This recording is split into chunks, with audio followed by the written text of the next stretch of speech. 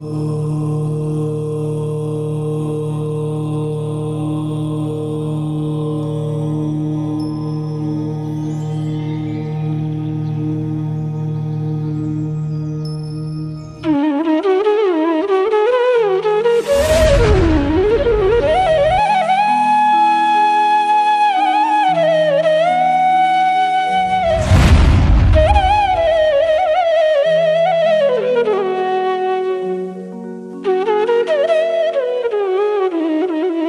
में हम आपको बताएंगे समवशरण क्या होता है। भगवान ने तपस्या की, तपस्या करने के बाद केवल ज्ञान प्राप्त हो गया, तब उनका समवशरण बनता है। जहाँ पंचकल्याणक होते हैं तो हम देखते हैं एक गोल समवशरण बनाया जाता है। बहुत से स्थानों पर समवशरण मंदिर भी बने हुए हैं, चारों ओर गोल गोल होते हैं, बीच में भगवान होते हैं। तो आज हम चर्चा करेंगे समवशरण क्या होता है। तो आप दर्शकों को यही बताएं कि समवशरण होता क्या है। पहली बात, हम इस शब्द को सही कर लें।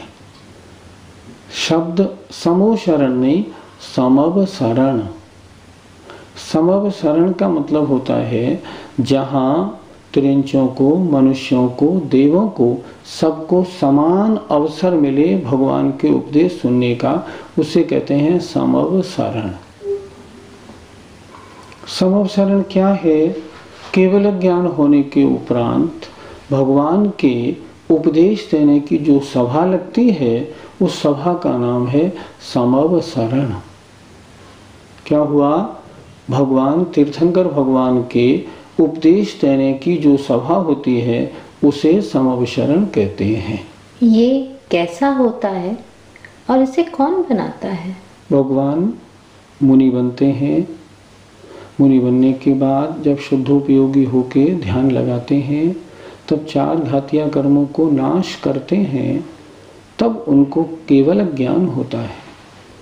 केवल ज्ञान होते ही भगवान का शरीर 5000 धनुष अर्थात 30,000 फुट ऊपर चला जाता है। भगवान का शरीर एकदम ऊपर उठ जाता है, 5000 धनुष। अब 5000 धनुष ऊपर उठा। अब क्या हुआ?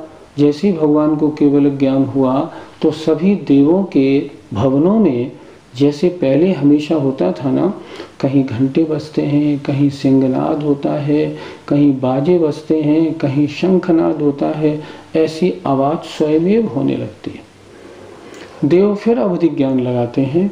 अवधि ज्ञान लगाने से उन्हें मालूम पड़ता है उस स्थान पर उन तीर्थंकर भगवान को केवल ज्ञान हुआ है। इंद्र वहीं खड़ा होके 7 पैर आगे बढ़ के पहले वहीं नमोस्तु करता है। नमोस्तु करने के बाद इंद्र, जो कुबेर होता है उसके खजाने का स्वामी, उससे कहता है कुबेर तुम जाओ और भगवान का समवशरण बनाओ। तब कुबेर जहाँ अपने अवधि ज्ञान से जानता है किन तीर्थंकरों का कहाँ केवल ज्ञान हुआ, उस स्थान पर आता है। वहाँ क्या करता है वो? जहाँ भगवान ऊपर उठ जाते हैं 30,000 फुट मतलब 5,000 धनुष, वहाँ उनके नीचे से एक ऐसा बनाता है, मतलब जैसे एक टीला सा बना दिया, और उसके ऊपर फिर चौरस भूमि पर वो समवशरण नाम की सभा बनाता है। जैसे हम लोग देखते हैं ना, ऐसे ऐसे ऐसे ऐसे नहीं बनाता समवशरण। पहले सीधा ऊपर, और ऊपर चौरस भूमि, और उस पर सारी रचना करता है। क्या रचना करता है? समवशरण में 8 भूमि होती हैं। 1 भूमि, 2 भूमि, 3 भूमि, 4 भूमि, 5 भूमि, इस तरह इस तरह इस तरह। जो व्यक्ति समवशरण में प्रवेश करता है, कैसे प्रवेश करेगा? चारों दिशाओं में समवशरण में ऑटोमेटिक सीढ़ियां बनी होती हैं। जैसे एक्सीलेटर होते हैं ना, एक पहली सीढ़ी पे कदम रखा और ऊपर चढ़ते गए चढ़ते गए चढ़ते गए चढ़ते गए। ऐसे ही बच्चा हो या बूढ़ा, पहली सीढ़ी पे कदम रखा और पलक झपकते ही 20,000 सीढ़ियां क्रॉस करके ऊपर पहुंच गए। जरा रंच मात्र भी कष्ट नहीं होता। ऊपर पहुंच के 7 भूमियां, 7 के अंदर अष्टम भूमि होती है श्री मंडप भूमि। तो जब चढ़ने वाला सीढ़ी से ऊपर चढ़ के ऊपर पहुंचता है तो उसके सामने चारों दिशाओं में पहले एक एक मानस्तंभ आता है। उस मानस्तंभ को देखते ही जिसका श्रद्धान गड़बड़ होता है ना, उसका श्रद्धान सही हो जाता है, मतलब उनका मान गलित हो जाता है। लेकिन इसका मतलब ये नियम नहीं बनाना कि समव शरण में जाने वाले सारे जीव सम्यक दृष्टि ही होते हैं, ये नियम नहीं बनाना। सम्यक दृष्टि हो जाते हैं, ये भी नियम नहीं बनाना। लेकिन अधिकांश लोगों को सम्यक दर्शन हो जाता है, ये नियम बनाना है। ऊपर चढ़े, ऊपर चढ़ने के बाद 7 भूमि पार की, अष्टम भूमि आई श्री मंडप भूमि। उस श्री मंडप भूमि में चारों ओर 12 कोठे होते हैं। पहले कोठे में मुनिगण बैठते हैं, 11वें कोठे में मनुष्य बैठते हैं, 12वें कोठे में पशु बैठते हैं। समव शरण में जाने का अधिकार पशु पक्षियों को भी है, सैनी होने चाहिए। मनुष्यों को तो है ही और देवों को तो है ही, उन्हें तो कोई रोक ही नहीं सकता। तो उसमें उनका सबका अधिकार होता है। तो उन सबसे 12 कोठे होते हैं। 12 कोठे के बीच में गंधकुटी होती है। पहले पीठ होती है, 3 पीठ के ऊपर गंधकुटी, जैसा हम देखते हैं ना जहाँ समव शरण बना होता है। गंधकुटी के ऊपर एक सिंहासन होता है रत्नों का, सिंहासन पर एक कमल होता है और कमल के ऊपर 4 उंगल ऊपर भगवान विराजमान रहते हैं। जहाँ भगवान विराजमान होते हैं वहाँ अष्ट प्रातिहार्य होते हैं। उनके 10 ज्ञान कल्याणक के या केवल ज्ञान के अक्षय होते हैं और देवों के द्वारा 14 विशेषताएं और भी होती हैं जिन्हें हम देवकृत विशेषताएं कहते हैं। इस प्रकार ये पूरा जितनी भी रचना कुबेर बनाता है, इस रचना को हम कहते हैं समव शरण। समव शरण विश्व की पूरे तीनों लोकों की सबसे दर्शनीय स्थान होता है। इंद्रों की सभाएं, इंद्रों के महल, इंद्रों के रहने के स्थान भी इस समव शरण के आगे बिल्कुल बेकार होते। ऐसी रचना कुबेर के द्वारा बनाई जाती। तो जितने भी केवली भगवान होते हैं, क्या सभी का समूह शरण बनता है? फिर आपने समूह शरण कहा? नहीं, ऐसा नहीं, समव शरण।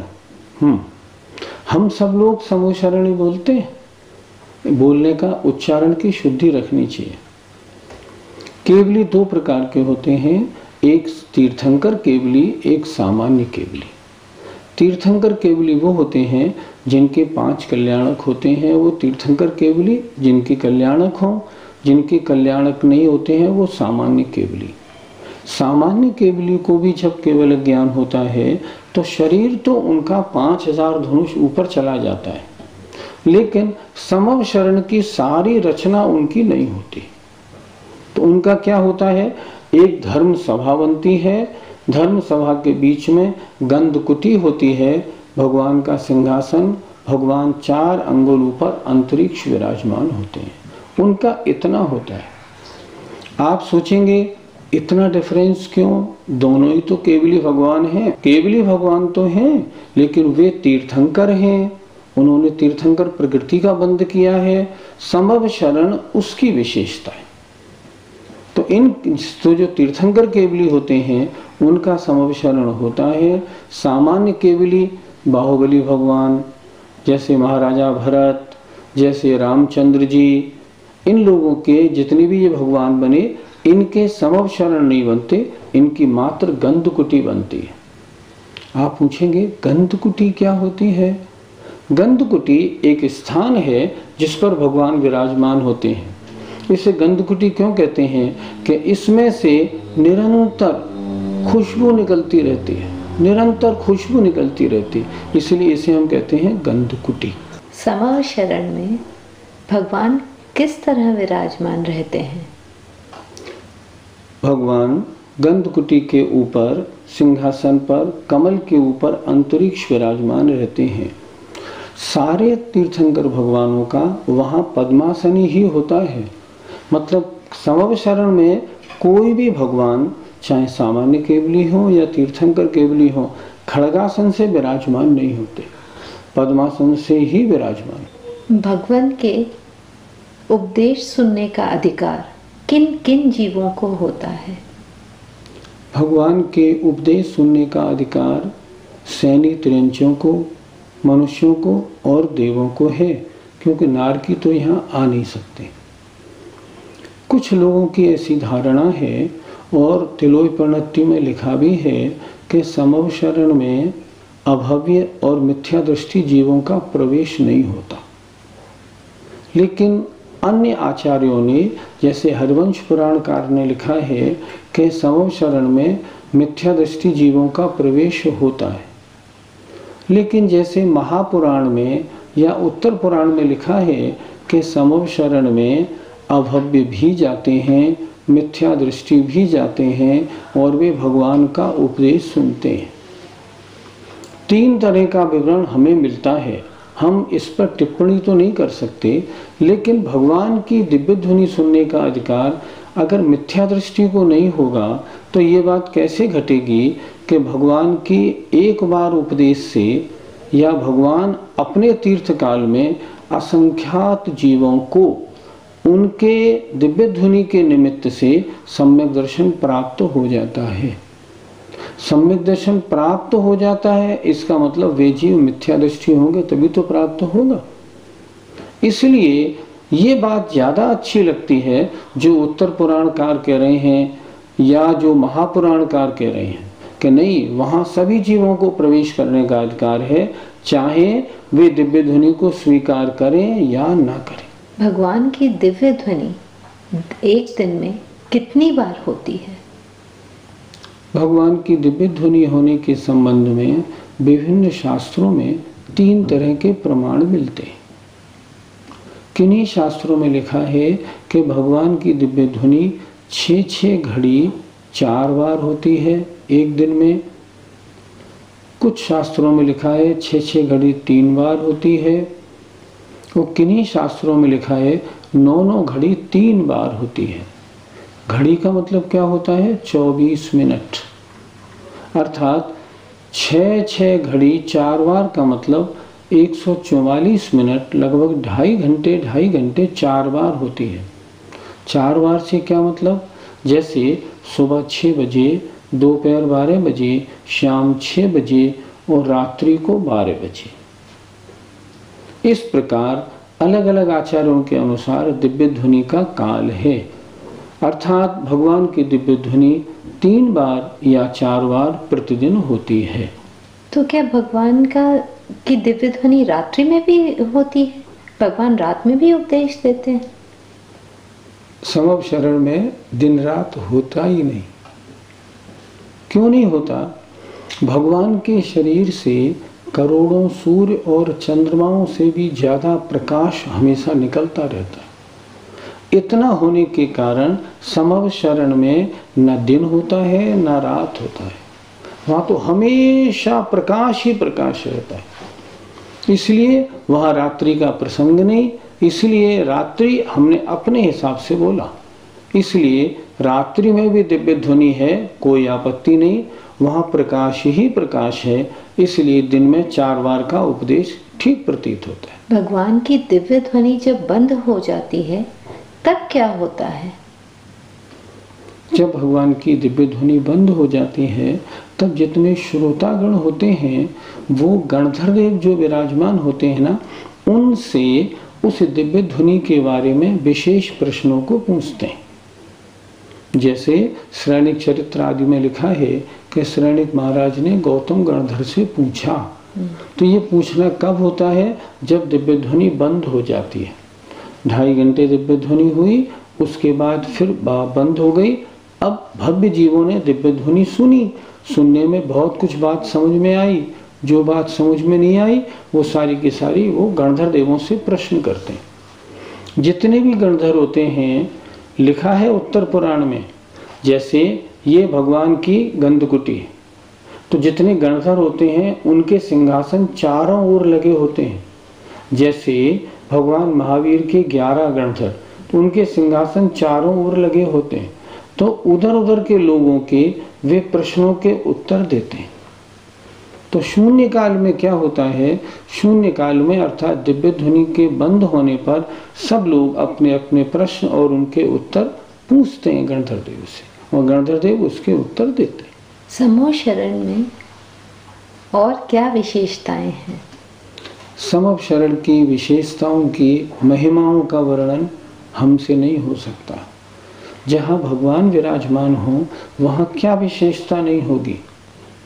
देखिए, समव शरण में जो आपस में द्वेष रखने वाले होते हैं, शेर और गाय, ये एक साथ रहते हैं।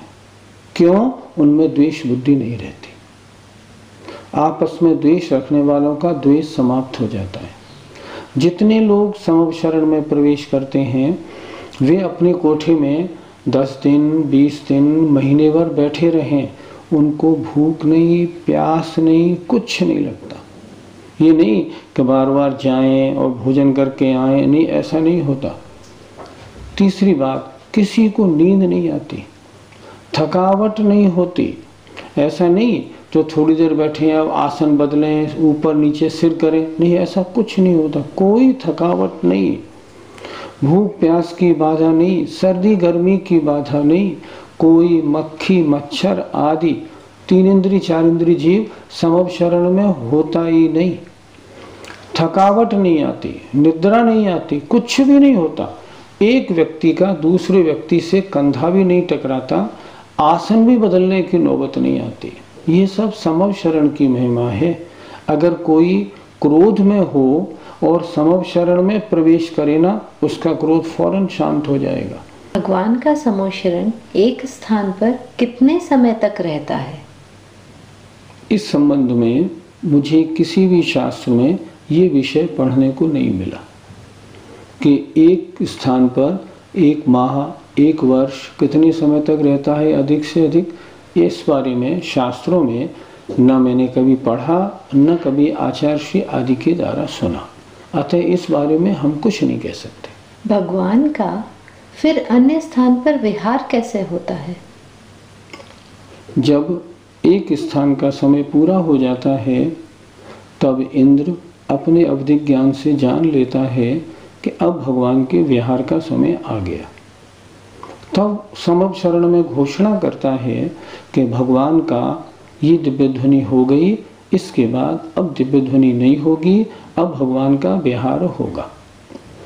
जितने लोग समव शरण में होते हैं वो सब या तो भगवान के साथ विहार के लिए तैयार हो जाते हैं या अपने अपने घर आदि को या जंगल आदि को चले जाते हैं।